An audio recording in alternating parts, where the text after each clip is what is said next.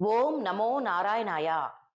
శ్రావణ పౌర్ణమి అనగానే మనందరికీ రాఖీ పండుగే గుర్తుకొస్తుంది. కానీ ఇదే పవిత్రమైన రోజున శ్రీ మహావిష్ణువు హయగ్రీవ స్వామిగా అవతరించాడని చాలా మందికి తెలియదు. అసలు హయగ్రీవుడు ఎవరు? గుర్రం ముఖంతో స్వామి ఎందుకు అవతరించాల్సి వచ్చింది? ఆయనను పూజిస్తే పిల్లలకు చదువు ఎందుకు బాగా వస్తుంది? ఈరోజు తెలుసుకుందాం. పూర్వం మధు కైటభులు అనే ఇద్దరు రాక్షసులు బ్రహ్మదేవుని దగ్గర ఉన్న పవిత్రమైన 4 వేదాలను దొంగలించి సముద్ర గర్భంలో దాచేస్తారు.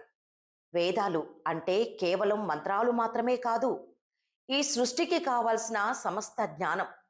వేదాలు కనిపించకుండా పోయేసరికి సృష్టి అగమ్య గోచరంగా మారింది. అప్పుడు బ్రహ్మదేవుడు దేవతలందరూ కలిసి శ్రీ మహావిష్ణువును వేడుకోగా, స్వామి గుర్రమఖం మనుష్య శరీరంతో హయగ్రీవుడుగా అవతరించాడు. స్వామి సముద్రంలోకి వెళ్లి ఆ రాక్షసులను సంహరించి వేదాలను మళ్లీ తీసుకొచ్చి బ్రహ్మదేవునికి అప్పగించాడు. అంతేకాదు, రాక్షసుల స్పర్శ వల్ల అశుద్ధమైన ఆ వేదాలను హయగ్రీవ స్వామి తన విశ్వాసంతో, అంటే ఊపిరితో మళ్లీ పవిత్రం చేసి సరస్వతీదేవికి మరియు బ్రహ్మదేవునికి ఉపదేశించాడు.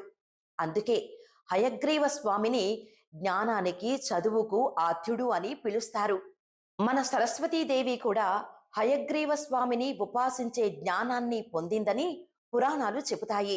ఇలా వేదాలను రక్షించి లోకానికి జ్ఞానాన్ని ప్రసాదించిన శ్రావణ పౌర్ణమి రోజే హయగ్రీవ జయంతి.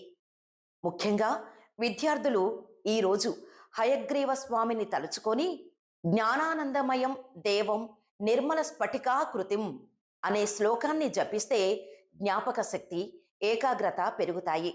ఈ రాఖీ పండుగ రోజున మీ పిల్లలతో కూడా హయగ్రీవ స్వామికి దండం పెట్టించండి. అందరికీ హయగ్రీవ జయంతి శుభాకాంక్షలు. మీకు తెలిసిన జ్ఞానాన్ని, మీరు తెలుసుకున్న మంచిని పంచండి. ధన్యవాదాలు.